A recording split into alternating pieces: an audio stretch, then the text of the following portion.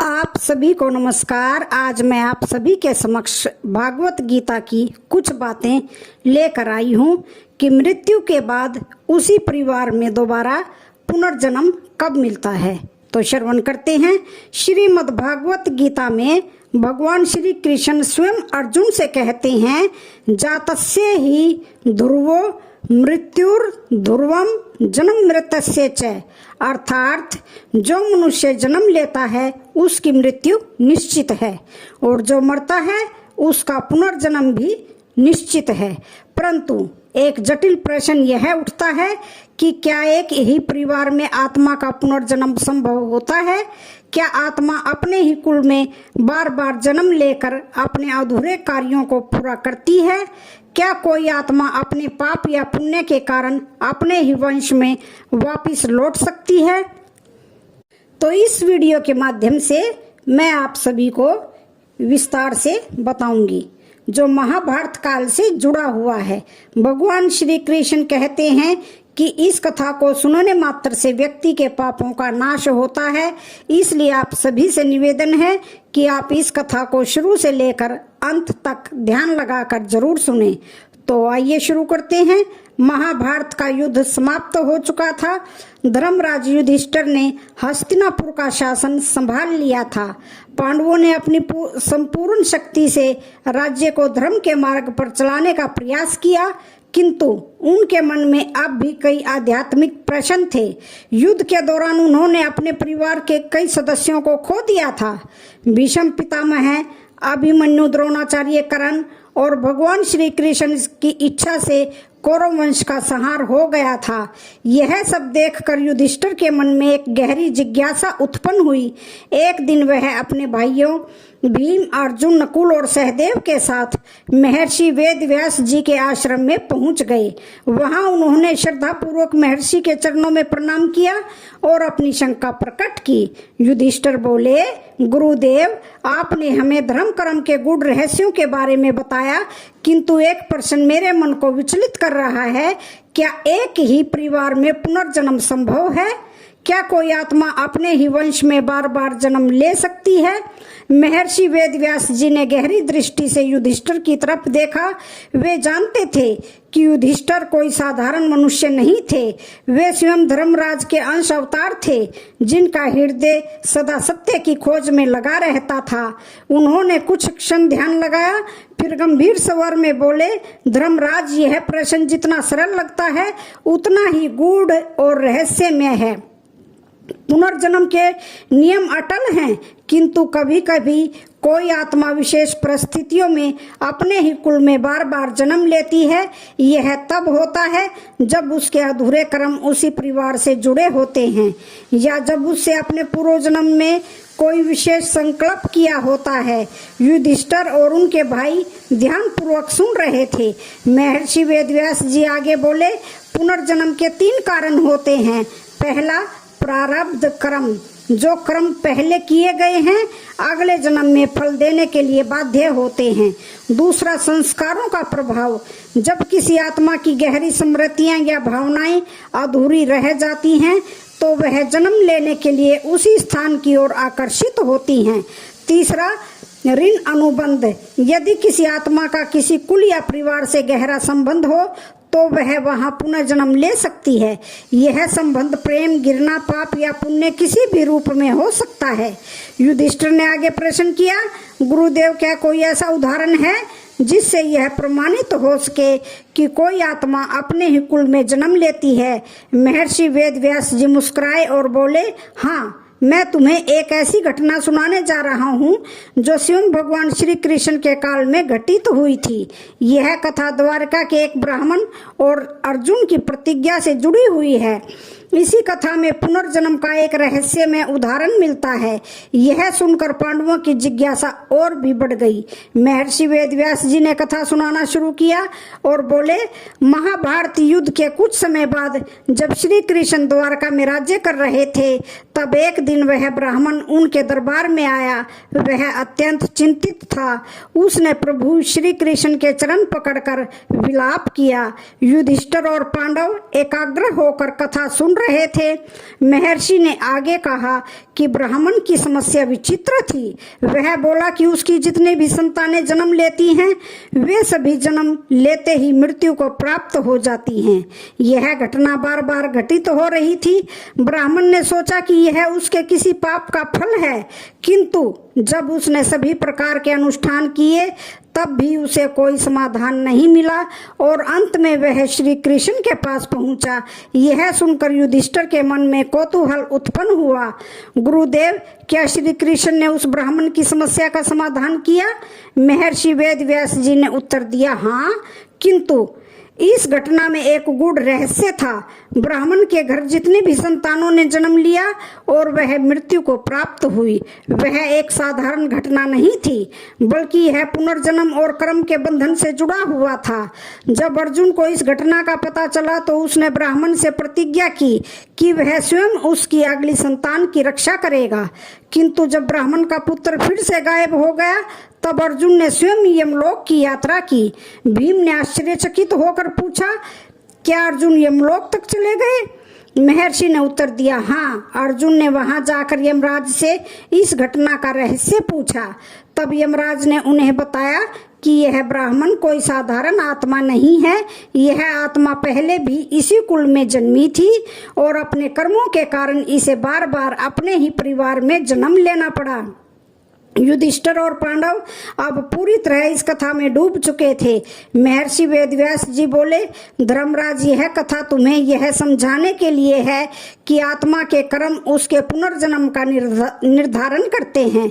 यदि आत्मा का कोई विशेष संबंध किसी परिवार से हो तो वह उसी कुल में दोबारा से जन्म ले सकती है, कभी पुण्य के कारण, कभी पाप के कारण, तो कभी किसी अधूरे कार्यों को पूरा करने के लिए। युधिष्ठिर ने गहरी सांस ली और बोले, अब मैं समझ गया कि कर्म, परिवार और पुनर्जन्म का रहस्य कितना गहरा है, किंतु मुझे अब इस कथा को विस्तार से सुनने की जिज्ञासा है। महर्षि वेदव्यास जी मुस्कुराए और बोले, तो सुनो द्वारका के उस ब्राह्मण की पीड़ा और अर्जुन की प्रतिज्ञा की पूरी कथा।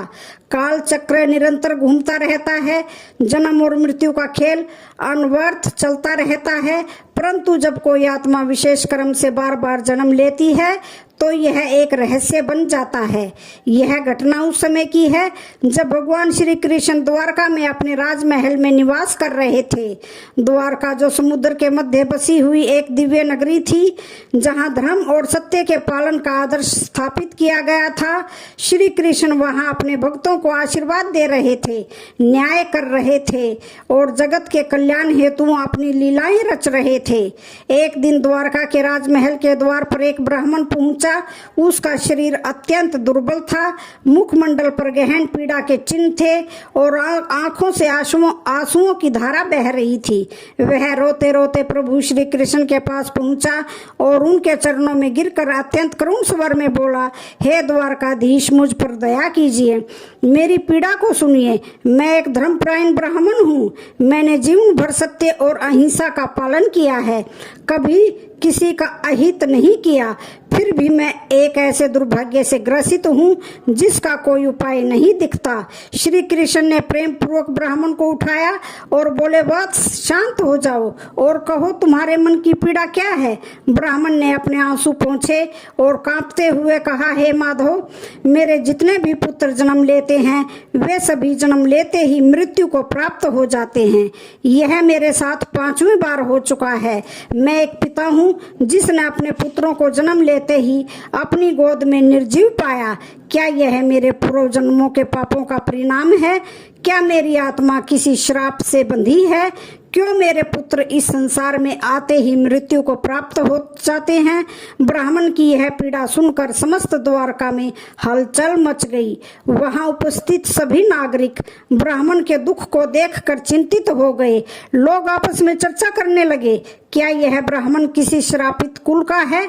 क्या यह भगवान की कोई विशेष लीला है? क्या इसे किसी ऋषि या देवता ने श्राप दिया है?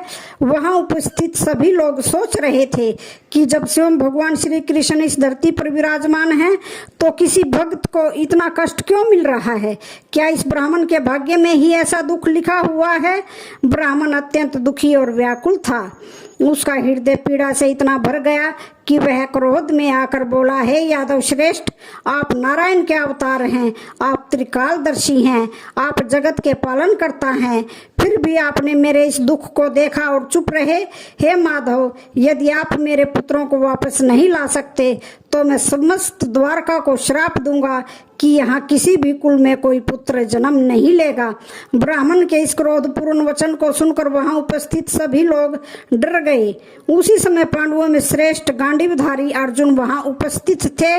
उन्होंने ब्राह्मण की पीड़ा को सुना और स्वयं आगे बढ़कर प्रतिज्ञा की कि हे ब्राह्मण, तुम चिंता मत करो, मैं अपने गांडीव की सौगंध खाकर कहता हूँ कि यदि इस बार तुम्हारा पुत्र जन्म लेकर भी जीवित नहीं रहेगा तो मैं स्वयं अग्नि में प्रविष्ट होकर प्राण त्याग दूंगा। श्री कृष्ण ने अर्जुन को देखा और मंद मुस्कुराए। वे जानते थे कि इस घटना के पीछे एक गहरा रहस्य छिपा हुआ है। जब अर्जुन ने यह प्रतिज्ञा ली तो श्री कृष्ण ने एक रहस्यमयी मुस्कान दी। उनके नेत्रों में एक दिव्य चमक थी, मानो वह जानते थे कि आगे क्या होने वाला है। अर्जुन ने ब्राह्मण से कहा कि हे ब्राह्मण, इस बार जब तुम्हारी संतान जन्म ले तो तुम मुझे बुला लेना, मैं स्वयं अपनी दिव्य शक्तियों से उसकी रक्षा करूंगा, कोई भी उसे मार नहीं पाएगा। ब्राह्मण को अब अर्जुन पर विश्वास हो चुका था। उसने श्री कृष्ण के चरणों में प्रणाम किया और अपने घर लौट गया। परंतु क्या इस बार भी वही होगा जो पिछले 5 बार हुआ था? क्या अर्जुन अपने वचन को निभा पाएंगे या फिर इस घटना के पीछे कोई दिव्य लीला चल रही थी? क्या अर्जुन अपनी प्रतिज्ञा को पूरा कर पाएंगे? अब सभी की दृष्टि उस पर टिकी थी जब ब्राह्मण की संतान का जन्म होगा। द्वारका के नागरिक भी उत्सुक थे, क्योंकि यह पीड़ा केवल एक पिता की ही नहीं थी बल्कि पुनर्जन्म और कर्म के रहस्यों से जुड़ी एक महत्वपूर्ण घटना थी। किंतु जब ब्राह्मण का पुत्र पुनर्जन्म लेकर गायब हो गया तो अर्जुन ने अपनी प्रतिज्ञा निभाने के लिए उसे ढूंढने का निश्चय किया। अर्जुन ने अपनी दिव्य दृष्टि और धनुष गांडीव की शक्ति से ब्राह्मण के नवजात पुत्र की रक्षा के लिए हर संभव उपाय किए। उन्होंने अपने धनुष के रक्षा चक्र से ब्राह्मण के घर को सुरक्षित किया, किंतु जब संतान का जन्म हुआ तो वह रहस्यमय रूप से पुनः लापता हो गया। ब्राह्मण विलाप करने लगा और क्रोध में अर्जुन को ताने मारने लगा। हे अर्जुन, तुमने तो कहा था कि तुम मेरे पुत्र की रक्षा करोगे, परंतु वह फिर भी लुप्त हो गया। क्या तुम्हारी प्रतिज्ञा व्यर्थ थी? अर्जुन को अपनी शक्ति पर अत्यंत विश्वास था। उसने संकल्प लिया कि जब तक वह इस रहस्य को सुलझा नहीं लेता तब तक वह चैन से नहीं बैठेगा। फिर अर्जुन ने सबसे पहले इंद्रलोक की यात्रा की। उन्होंने स्वर्गलोक जाकर देवराज इंद्र से पूछा, हे देवराज, क्या मेरे ब्राह्मण मित्र का पुत्र यहाँ पर है? इंद्र ने उत्तर दिया, नहीं। हे अर्जुन, यह रहस्य तुम्हारी कल्पना से भी दूर है। यह कोई साधारण घटना नहीं है बल्कि पुनर्जन्म और कर्म का गूढ़ रहस्य है। तुम्हें इसे समझने के लिए और गहरा जाना होगा। इंद्र के संकेत को समझते हुए अर्जुन ने अगला कदम उठाया और वे वरुण लोक, फिर कुबेर लोक और अंत में यमलोक की ओर प्रस्थान किया। अर्जुन ने अपने दिव्य रथ से यमलोक का द्वार पार किया। वहां उन्होंने यमराज को देखा जो धर्म और कर्म के संरक्षक थे। यमराज की उपस्थिति अत्यंत प्रभावशाली थी। उनका स्वर गंभीर और गूढ़ था। यमराज ने अर्जुन को देखकर कहा, हे गांडीवधारी अर्जुन, तुम यहाँ क्यों आए हो? अभी तक तो तुम मृत्यु के योग्य भी नहीं हुए हो, फिर तुम यमलोक तक कैसे पहुँच गए? अर्जुन ने हाथ जोड़कर कहा, हे यमराज, मैं द्वारका के एक ब्राह्मण की संतान को खोजने आया हूँ। मैंने उसे बचाने की प्रतिज्ञा ली थी, किंतु वह जन्म लेते ही लुप्त हो गया। मैं जानना चाहता हूँ कि उसका क्या हुआ। यमराज गंभीर हो गए और एक क्षण के लिए मौन रहे, फिर बोले, पार्थ, यह कोई साधारण संतान नहीं है। इसका रहस्य तुम्हारे और श्री कृष्ण के काल से भी बहुत पुराना है। यह आत्मा एक श्राप के कारण अपने ही परिवार में बार बार जन्म ले रही है। यह सुनकर अर्जुन चौंक गए। उन्होंने पूछा, हे धर्मराज, कृपया स्पष्ट कीजिए, यह आत्मा कौन थी और इसे श्राप क्यों मिला? यमराज ने अपनी दिव्य दृष्टि से उस आत्मा के पूर्व जन्मों को देखा और बोले, यह आत्मा पहले एक महान योद्धा थी जो द्वापर युग से पहले त्रेता युग में भी जन्मी थी। यह राजा नल के पुत्र के रूप में जन्मा था, परंतु अपने अहंकार और अन्याय के कारण इसे एक ब्राह्मण के श्राप से बार बार मृत्यु का दंड मिला। अर्जुन आश्चर्यचकित हो गए, तो क्या यह आत्मा अपने ही कर्मों के कारण हर जन्म में इसी परिवार में जन्म लेती है? यमराज ने उत्तर दिया, हाँ, क्योंकि इस आत्मा ने एक समय में एक निर्दोष ब्राह्मण के पुत्र को मारा था। उसी ब्राह्मण ने इसे श्राप दिया था कि यह भी हर जन्म में अपने ही कुल में जन्म लेगा और जन्म लेते ही मृत्यु को प्राप्त करेगा।